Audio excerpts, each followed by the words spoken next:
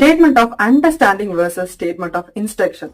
நம்ம குழந்தைங்க கிட்ட போயிட்டு இப்படி சாப்பிடாத, இப்படி சாப்பிடணும், இப்படி உட்காரக்கூடாது, இப்படி உட்காரணும், இப்படி எழுதக்கூடாது, அப்படி எழுதணும், இந்த மாதிரி இன்ஸ்ட்ரக்ஷன்ஸை கொடுக்கும்போது ஆட்டோமேட்டிக்கா நம்ம குழந்தைங்க நம்மளை பார்த்தா இரிட்டேட் தான் ஆவாங்க. யோசிச்சு பாருங்க, அந்த மாதிரி இன்ஸ்ட்ரக்ஷனை நமக்கு யாராவது கொடுத்தா எப்படி இருக்கும்? உங்க ஹஸ்பண்டே வந்துட்டு ஏன் வீடு எப்படி வச்சிருக்கீங்க, கிச்சன்லயும் இவ்வளவு பாத்திரம் இருக்கு, ரூம்லயும் ஏதோ ஆர்கனைஸ் பண்ணாம அரேஞ்ச் பண்ணாம வச்சிருக்கீங்க, இப்படி இன்ஸ்ட்ரக்ஷன்ஸா சொன்னா நமக்கு எப்படி இருக்கும்? அதுக்கு பதிலா உங்க ஹஸ்பண்ட் வந்து உங்ககிட்ட, எனக்கு புரியுது நீ குழந்தையும் பாத்துக்கிட்டு வீட்டையும் பாத்துக்கிறதுக்கு கஷ்டப்படுறேன், நான் வேணா உனக்கு ஹெல்ப் பண்ணவா, ஏதாவது சப்போர்ட் பண்ணவா, என்னால பண்ண முடியலனாலும் ஏதாவது ஒரு ஹெல்ப் உனக்கு அரேஞ்ச் பண்ணவா. உங்களை அண்டர்ஸ்டாண்ட் பண்ணி ஒரு விஷயம் கேட்கும்போது அவங்க செய்யல அப்படின்னாலுமே நம்மள புரிஞ்சிருக்காங்கன்ற மனசுலயே நம்ம நிறைய விஷயங்களை என்ன அதிகமா செய்வோம்.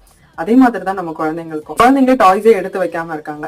ஏன் டாய்ஸ் எப்படி எல்லாம் போட்டு வச்சிருக்க, வீட பாரு எப்படி இருக்கு, நீ சீக்கிரம் எடுத்து வைக்கிறியா என்ன அப்படின்னு சொல்றதுக்கு பதிலா, எனக்கு தெரியுது நீ குழந்தைனால இவ்வளவு திங்ஸை ஒழுங்குபடுத்துறதுக்கு நீ கஷ்டப்படுறேன்னு, அம்மா வேணா ஹெல்ப் பண்ணவா, நம்ம 2 பேரும் சேர்ந்து ஜாலியா பண்ணலாமா அப்படி சொல்லும்போது அந்த குழந்தை அம்மா நம்மள புரிஞ்சுக்கிறாங்க. எமோஷனலா ஓவர்வெல்மிங்கா ஃபீல் பண்ண மாட்டாங்க. அவங்களோட செல்ஃப் எஸ்டீம், செல்ஃப் க்ரோத் கூட இம்ப்ரூவ்